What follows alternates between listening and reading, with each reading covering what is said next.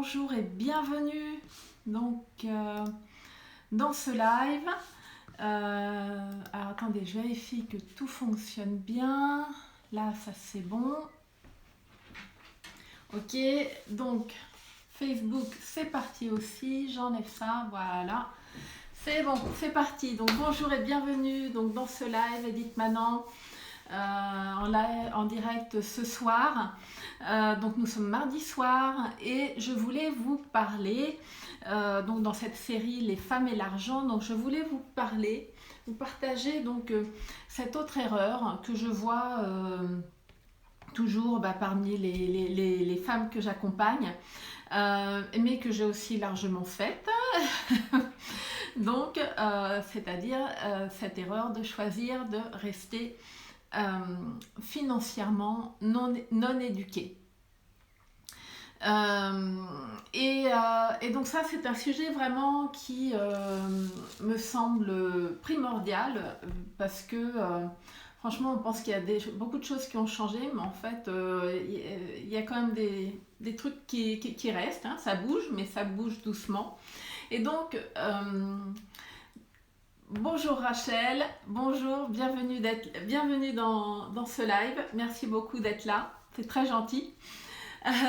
Donc je disais, voilà, quand on choisit de rester financièrement non éduqué, hein, et je vais vous partager quelque chose qui est un petit peu personnel, mais c'est vrai que moi, quand j'étais plus jeune, j'ai jamais eu d'éducation à l'argent, d'éducation sur l'argent, hein. Et au contraire, je dirais même que c'était un sujet un peu tabou chez nous parce que mes parents, de toute façon, on savait même pas, on parlait pas d'argent, on ne savait même pas combien, pour vous dire, hein, on savait même pas combien gagnaient nos parents.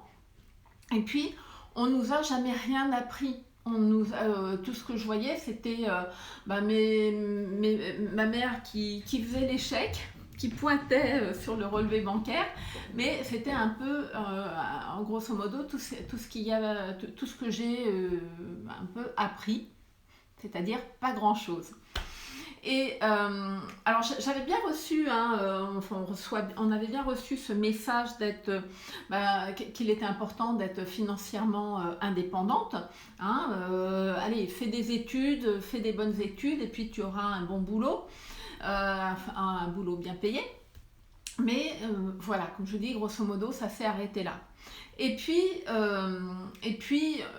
aussi, c'était aussi encore l'époque où on nous disait, bon, puis tu vas trouver quelqu'un et puis tu auras un mari et puis ça va, et puis voilà, tout ira bien et ta vie, elle est toute tracée jusqu'à la fin. Bon, c'est pas tout à fait comme ça que ça se passe.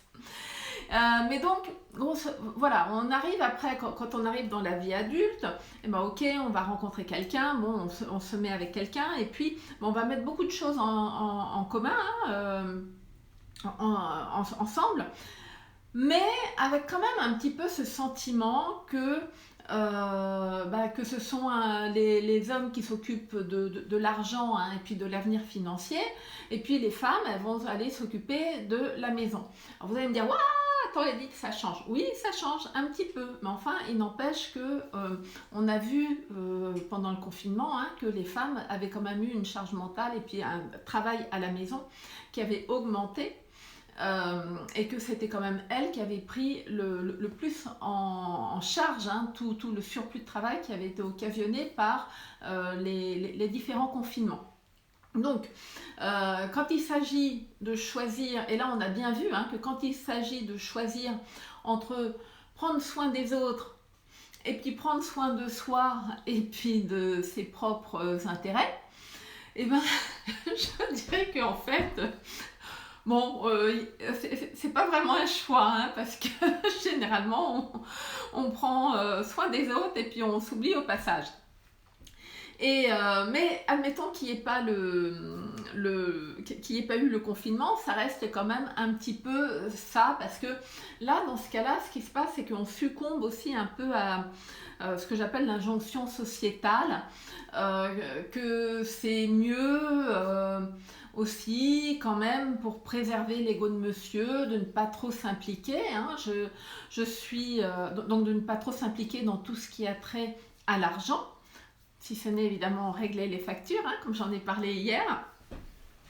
Et c'est vrai que je suis intervenue dans un groupe d'entrepreneurs où la question était, où il y avait une réelle interrogation, comment faire quand on gagne plus d'argent que le conjoint. Donc vous voyez, déjà ça faisait quand même un petit peu, ça faisait remuer des choses à un autre niveau, mais c'était quand même, on préserve un peu l'ego de monsieur. En tout cas, moi, c'est vrai que ça s'est passé comme ça.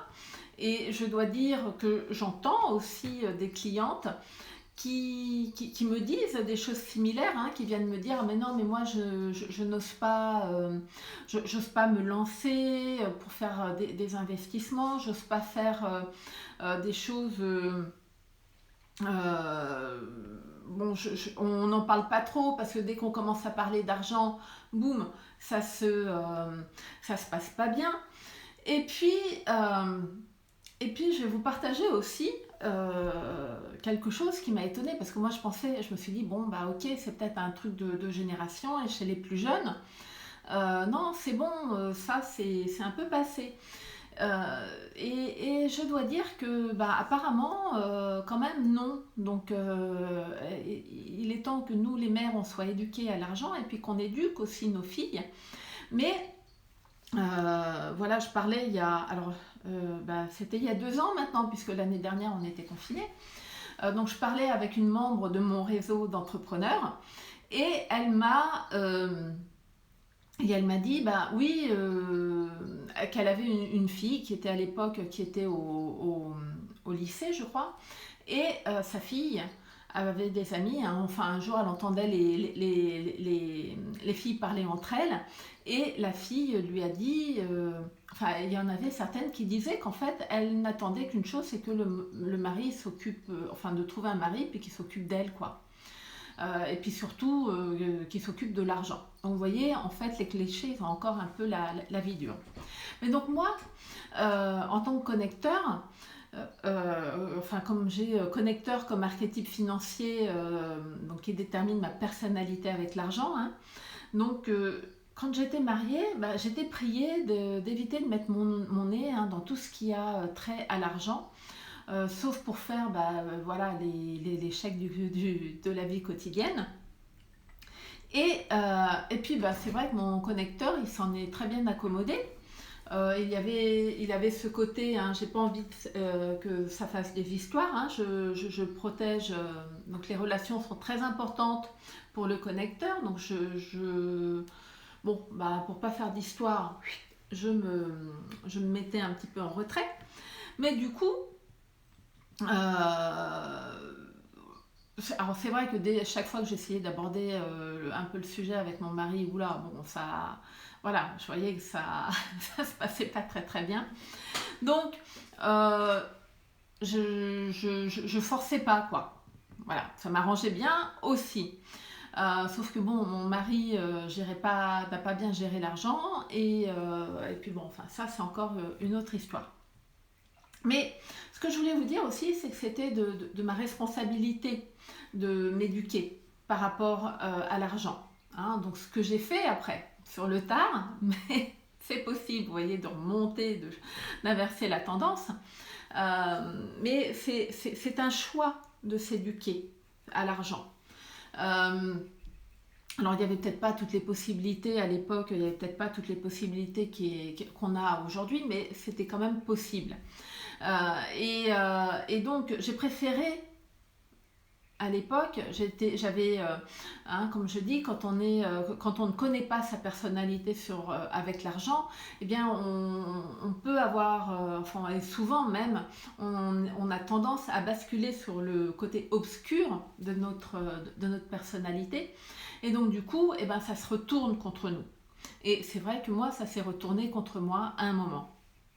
Parce que je dirais que si vous faites, si vous évitez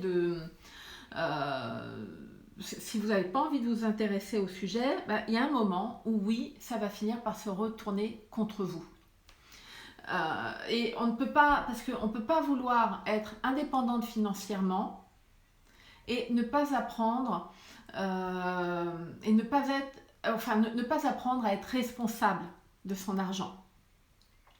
Et pas juste responsable physiquement, c'est-à-dire apprendre à faire ses comptes comme il faut, à faire des investissements, etc. Mais aussi, on a besoin d'apprendre à être responsable émotionnellement de son argent. Parce que quand on parle d'argent, oui, ça fait appel à beaucoup d'émotions. Donc c'est aussi ça qu'on verra donc dans l'atelier que je vais donner j'oublie à chaque fois la date parce que du 25 au 27 mai. Mais donc on va parler de comment briser son plafond de verre grâce à ces archétypes financiers. Mais donc vous voyez, ça c'est donc être éduqué à l'argent. C'est valable pour tous les archétypes financiers et à chaque fois c'est pour des raisons différentes. Donc comme je vous disais, voilà, moi j'étais connecteur, donc donc déjà je dirais que voilà, mes connaissances en matière de gestion de finances, c'était un petit peu limité, mais et aussi émotionnellement, il y avait des choses qui résonnaient en moi et que je préférais mettre sous cap.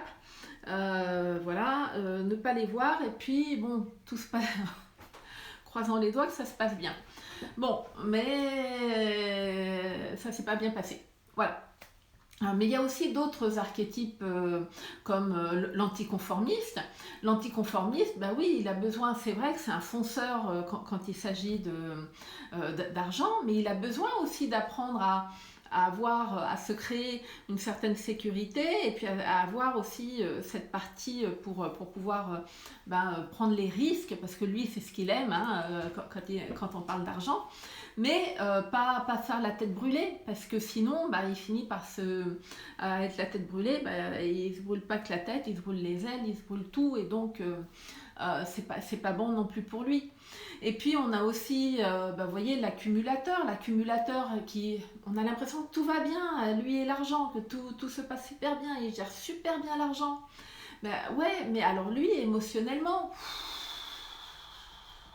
l'argent, il hyperventile, si je puis dire, dès qu'on parle d'argent. Donc lui aussi, il a besoin d'aller travailler sur sa relation à l'argent, même si on a l'impression que lui et l'argent, ils sont faits pour... ça tourne comme ça. Non.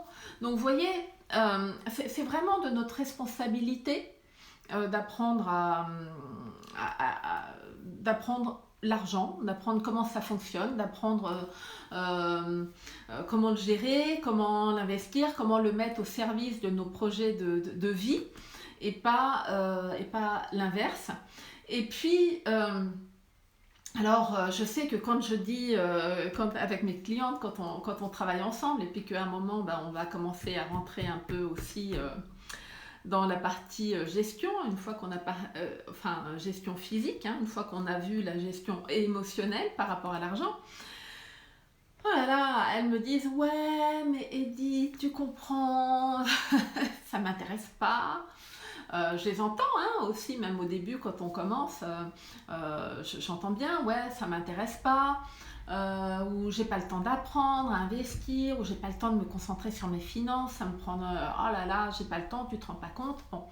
Mais je leur dis, mais attends, tu trouves bien le temps de faire telle ou telle chose, même si ça te plaît pas.